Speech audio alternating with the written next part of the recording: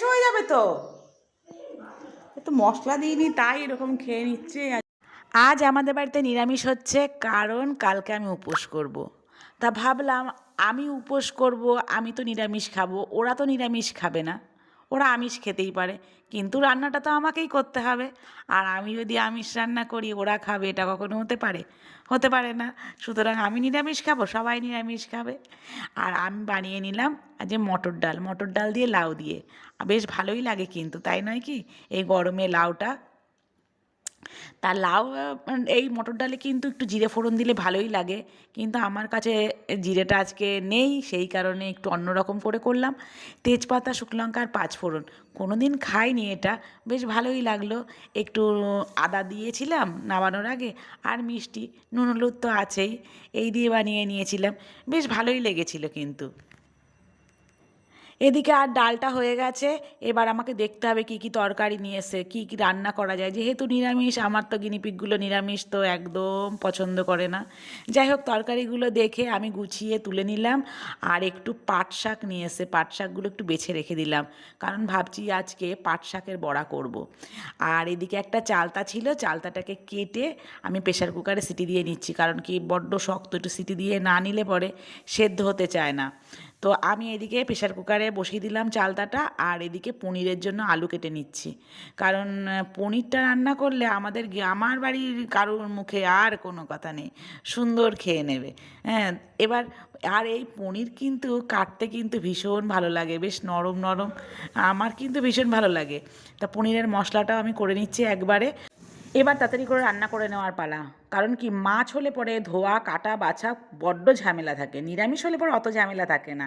আমি কড়াইয়ে তেল দিয়ে পনিরগুলোকে ভালো করে ভেজে নিয়েছি, আলুটাকেও ভালো করে ভেজে নিয়ে আদা আর টমেটো কাঁচা লঙ্কা যে পেস্ট করে রেখেছিলাম ফোড়ন দিয়ে আমি ওটাকে দিয়ে সাঁতলিয়ে নেব। সাঁতলানো মানে ভালো করে কষে নিতে হবে, তারপরে যে রুটিন মশলা থাকে সেগুলোকে দিয়ে ভালো করে কষিয়ে নিয়ে একটু আলু দিয়ে আবার কষিয়ে নিচ্ছি, মানে আলু ভাজাগুলোকে দিয়ে আবার কষিয়ে নিলাম। তারপরে তারপরে জল দিয়ে দিয়েছি, কারণ কি সবই তো ভাজা হয়ে গেছে, সেদ্ধ হয়ে গেছে। ব্যাস, এইবার পনির দিয়ে ঢাকা দিয়ে দেব। আর ওদিকে দেখি চালতার কি খবর। চালতাগুলো সেদ্ধ হয়েছে, কিন্তু কিছু কিছু চালতা আছে বেশ ঢিট, এক একটা মানুষ থাকে না বড্ড ঢিট, চালতাগুলোকেও ঢিট।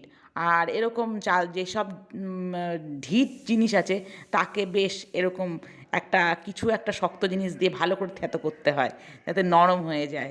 তা আমিও সেই রকমই একটুখানি চালতাগুলোকে থেতো করে নিলাম শিল নোড়া দিয়ে, কারণ কি এগুলোকে না থেতো করলে খেতে খুব একটা ভালো লাগবে না। তরকারিটা কিন্তু দেখতে বেশ ভালো হয়েছে, কিন্তু আমার কিন্তু ভীষণ ভালো লাগছে, আর খেতেও দারুণ টেস্ট হয়েছিল।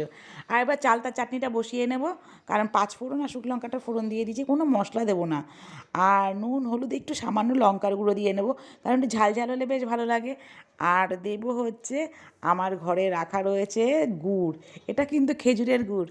খেজুরের গুড় দিয়ে আবার কেউ চাটনি খায় নাকি? আমাদের এই যে চাটনিটা, আর এই যে সেই সেই থেকে খেয়ে যাচ্ছে চাটনিটা। আবার এটা শেষ হয়ে যাবে তো।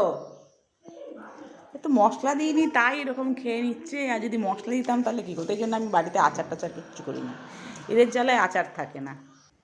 চান করে আমি এবার বড়া ভাজতে চলে এসেছি, মানে ঠাকুর পুজো দিয়ে তারপরে এসেছি, কারণ কি বড়াটা কিন্তু গরম গরম বেশ ভালো লাগে। তো আমি এখানে বেসন নিয়েছি, একটু চালের গুঁড়ো নিয়েছি, নুন হলুদ আর লঙ্কার গুঁড়ো নিয়েছি, এই দিয়ে আমি গোলাটাকে তৈরি করে নেব। আর হ্যাঁ, বড়া ভাজবার আগে দুটো শুকনো লঙ্কা ভেজে নিচ্ছি, কারণ কি আলু সেদ্ধ দেওয়ার হয়েছিল যে, একটু মাখতে হবে, বেশ ভালোই লাগে কিন্তু শুকনো লঙ্কা দিয়ে আলু সেদ্ধ মাখা। ব্যাস, আমার পাট পাতার বড়া হয়ে গেছে, প্রায় শেষের মুখে। এবার আমাদের খাওয়া দাওয়ার পালা। এই যে বড়া সাথে লেবু, আর এখানে আলু সেদ্ধ মাখবো, কাঁচা শুকনো লঙ্কা ভেজে রেখেছি, তেল দিয়ে রেখেছি। আর এই যে পনিরের তরকারি, ডাল আর চাটনি, এই হয়ে যে আমাদের খাওয়া দাওয়া। কি কথা বলিস? কি কথা বলবো বলা, বাপের জন্মে কোনোদিন খাসনি পাট পাতার বড়া? খাসনি? কি কথা বলিস? আর যা, এতদিন খাসনি, আজকে খেয়ে দেবো। তুই এত খাবার খাওয়ালাম না, পাট পাতার বড়া তুমি খাওয়ানি কোনোদিনই খাওয়াই না, খেলে আমার মাথায় থাকতো। মাথা থাকতো না? তুই ছোট ছোট ছিলিস তখন খাইয়েছিলাম।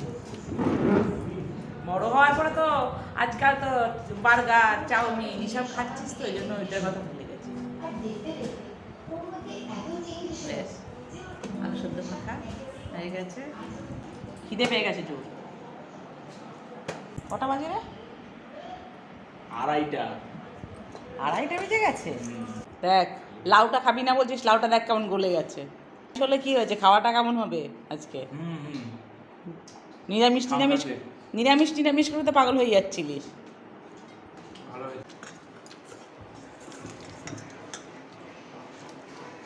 দাও। রান্না করার পরে বাড়ির সবাই যদি তৃপ্তি করে খায়, এর থেকে বড় পাওনা আর কিছু না।